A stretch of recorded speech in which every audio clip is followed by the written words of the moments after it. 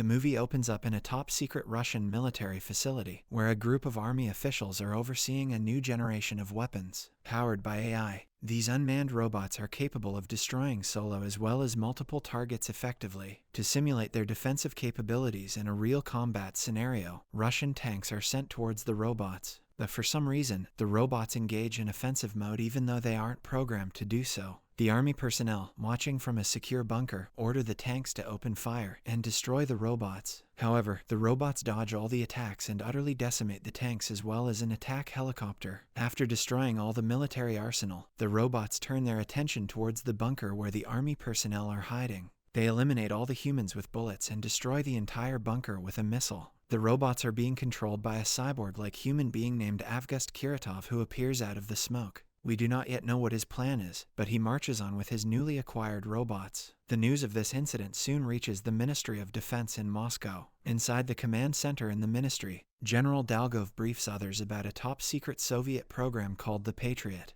The biological department of Patriots involved genetically modifying both humans so that they could become super soldiers with unnatural abilities. Professor Viktor Dovnevov, who was heading this department, got widespread acclaim from seniors for his successes. On the other hand, the technological department was headed by Professor Avgust Kiritov. Kiritov wanted to invent a device named Modular One that would allow him to control any form of machine remotely. However, he failed in doing so and grew highly jealous of his counterpart. As a result, he stole Professor Dovnevov's work on genetics and ran away into the wilderness. Here, he built his own lab intending to create his own superhuman army. His experiments led to the death and torture of numerous test subjects, and he was finally sentenced to jail for his transgressions. Before anyone could drag him to prison, Kiritov managed to turn the entire lab into a bomb. Hence, when his lab was stormed by the army, a massive explosion took place, which released all kinds of gases. This led to Kiritov being genetically modified, gaining superhuman strength and agility. He fled away, and later it was reported that he had successfully created his remote device, Modular One. In the present day, Avgust Kiritov has become a significant problem for the Russian army. He attacks the military warehouse and takes control of all the weapons, vehicles, and tanks using his device. In response, General Daglev creates a project to stop Kiritov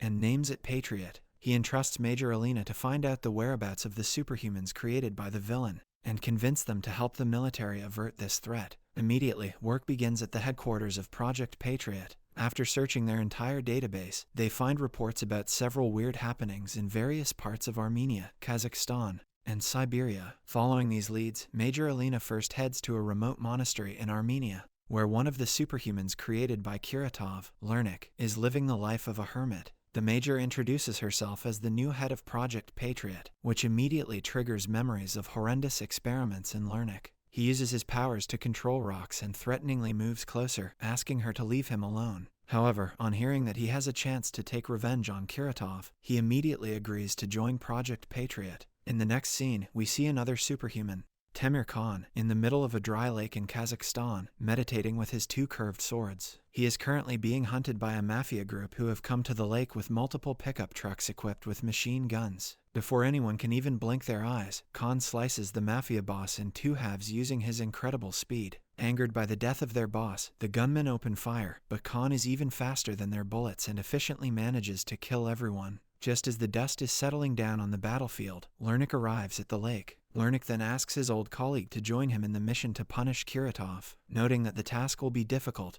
Khan agrees and joins Project Patriot. Next, Lernik and Khan accompany Major Alina deep into the jungles of Siberia, where several soldiers are carefully approaching an abandoned hut. Suddenly, a vast, half-bear half-man explodes from the hut and starts tossing the soldiers like toys. This is Arsis, who has incredible strength and takes the form of a giant bear at will. However, after seeing his old friends Lernik and Khan, Arsis returns to his human form and agrees to join the mission. Last but not least, Arsis, Lernik, and Khan travel to Moscow, where Xenia currently works in a circus. Xenia has the ability to get invisible underwater, which she uses to perform tricks for the audience. When Khan meets her backstage, she refuses to recognize him and quickly attacks him. Turns out that she has no memories of the time they trained together in Professor Avgust Kiritov's facility. Arsis, who is also present backstage, urges her to stop fighting, telling her that she is not the only one with superpowers. Furthermore, he asks her to join them if she wants to know how she got her powers. Curious, Xenia stops her attacks and sits down to talk with the three men. She reveals that the earliest memory she has is from 1978 in Sevastopol. She only found out her name through the engraved ring on her fingers. Tired of continuously moving from one place to another, she agrees to join Project Patriot. The team is now complete and Major Alina gives a secret code name to the team called the Guardians. While they are discussing all this, General Dalgov enters the room and informs them that the military has tracked down Kiritov using a GPS device placed in a stolen tank. Trying to catch the evil professor by surprise, Lernik, Khan, Arsis, and Xenia head to a decimated warehouse where Kiritov is currently hiding. Soon enough, they reach the warehouse, where several guards are patrolling every inch of the place. Lernik tries to survey the area and communicate with the military base, sending them live videos of the place. However, Major Alina has trouble receiving the messages as the warehouse signal is blocked. Our heroes don't realize they are walking straight into a trap by Kiritov. Thankfully, it begins to rain, allowing Xenia to get invisible and easily bypass several guards. Just as she is about to reach the intersection of the warehouse, a guard notices her through his thermal goggles. Without alerting Xenia, he commands other guards to open fire at a gas pipe. The rapidly expanding gas coming in contact with the cold environment leads to Xenia being frozen on the spot.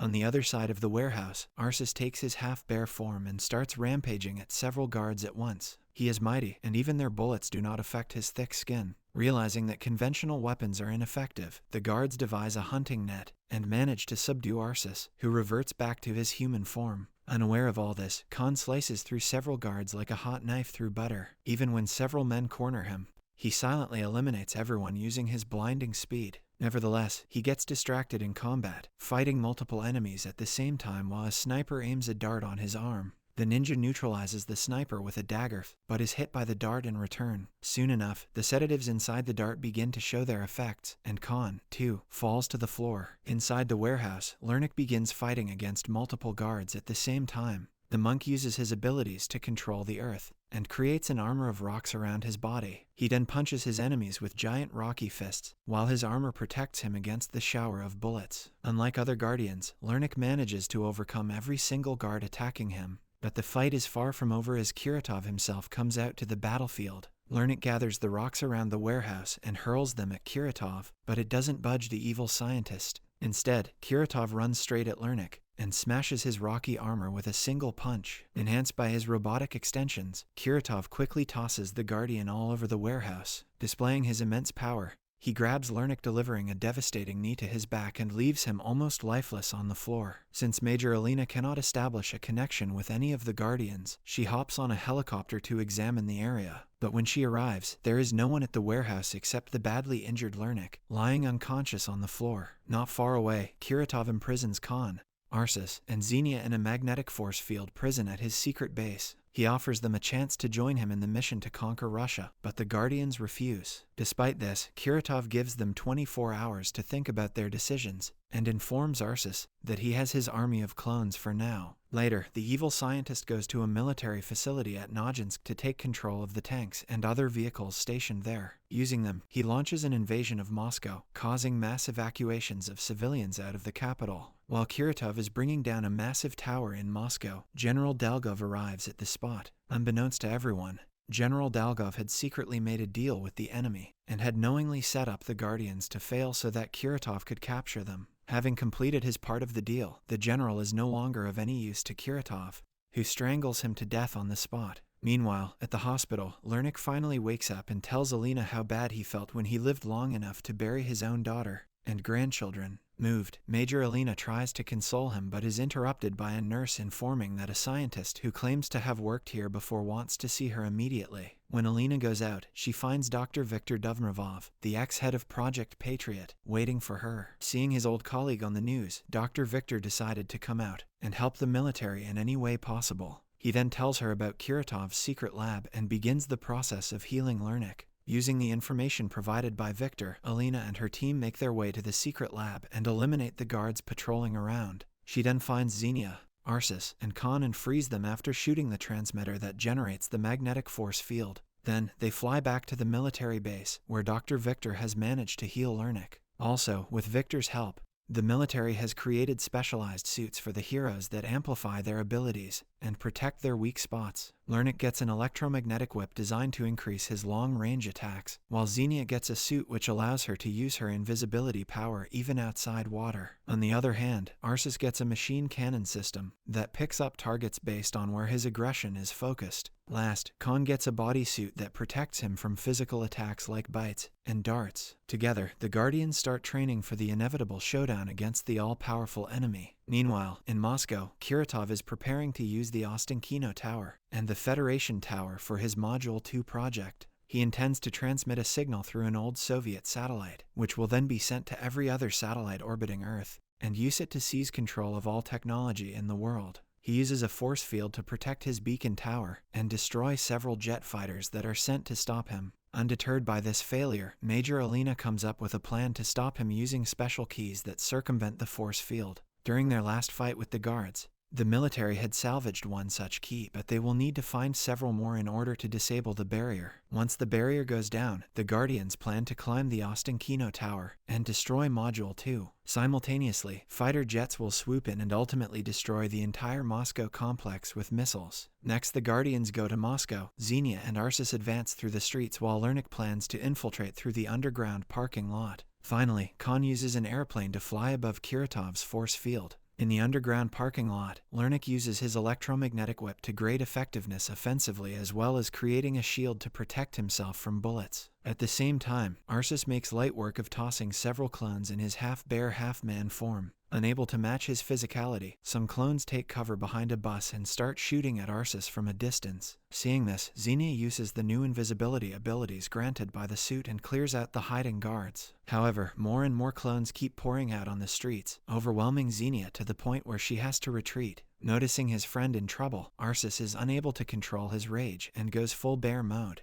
The immense bear tears through the clones with ferocity and attacks the robots that Kiritov had stolen earlier in the movie. Finally, they manage to clear the streets and make their way into the shopping mall, where Lernik joins them. Then, Xenia, Lernik, and Arceus make their way to the top of the shopping mall, where several thick pipes join the mall with the Ostankino Tower. Carefully, they make their way across one such pipe, but are attacked again by clones who shoot at them from a safe distance. Thankfully, Khan descends down quickly from the airplane and slices the pipe that the clones are standing on, causing them to fall to their deaths. Soon afterwards, they reach the core of the Ostankino Tower, where Kiritov has placed his Module 2, a device that powers the force field around the tower. Arceus suggests that the only way to disable the field quickly is by short-circuiting Module 2. Xenia realizes that no metal can withstand that amount of heat, so she decides to take the task for herself. Before anyone can stop her, she grabs the device and begins to channel all the current through herself, as her body resists environmental changes. As a result, Module 2 short-circuits, and the force field around the tower are disabled. After bringing down the defense system, the Guardians then make their way to the top of the tower and confront Kiritov. Despite all their training and working together, the evil scientist still proves too powerful for them. Kiritov even knocks the full berserker mode Arceus out cold with a single punch. Fortunately, Khan uses his super speed to tie all the Guardians to a grappling rope and attach it to a plane, pulling them away from the tower. As they are fleeing away to safety, Kiritov controls the plane's electronics, causing it to sway out of control. This prompts Khan to cut the rope that attached them to the plane, and the Guardians fall into a river below. Monitoring the whole event, the army base decides to quickly snoop in and send in their fighter jets to level the entire Moscow complex through missiles. Major Alina appeals to the headquarters to give the Guardians time to flee from the potential carnage, but her request is dismissed. Quickly, the fighter jets fly onto the scene and launch multiple missiles at the Ostankino Tower, while Alina rides a motorcycle to the Moscow complex. But the missiles have no effect on Kiritov, as he can control all electronics thanks to his Module 1 device. Nearby, the Guardians emerge from the river and consider going back to the tower to destroy it and kill Kiritov. But they are interrupted by Major Alina, who has brought in a vital message from Dr. Victor, telling them that as superhumans, they can collect their energy and release it as a singular blast. She warns them that doing so might be fatal. Deciding to take the risk, the Guardians touch each other and generate a massive explosion of energy. With great difficulty, they release the blast, which destroys Kiritov's tower and the skyscrapers supporting it, causing Kiritov to fall to his death. Several months after the battle, the Guardians meet with Major Alina in the rebuilt Moscow. Although they choose to return to their everyday lives, they also consider continuing their service to the Patriot organization. As they walk away, Alina tells them, "We found other Guardians." In the final scene, Alina attacks a soldier after his truck stops. When she questions the soldier, he tells her that Ferrum has sent him as part of an unspecified mission.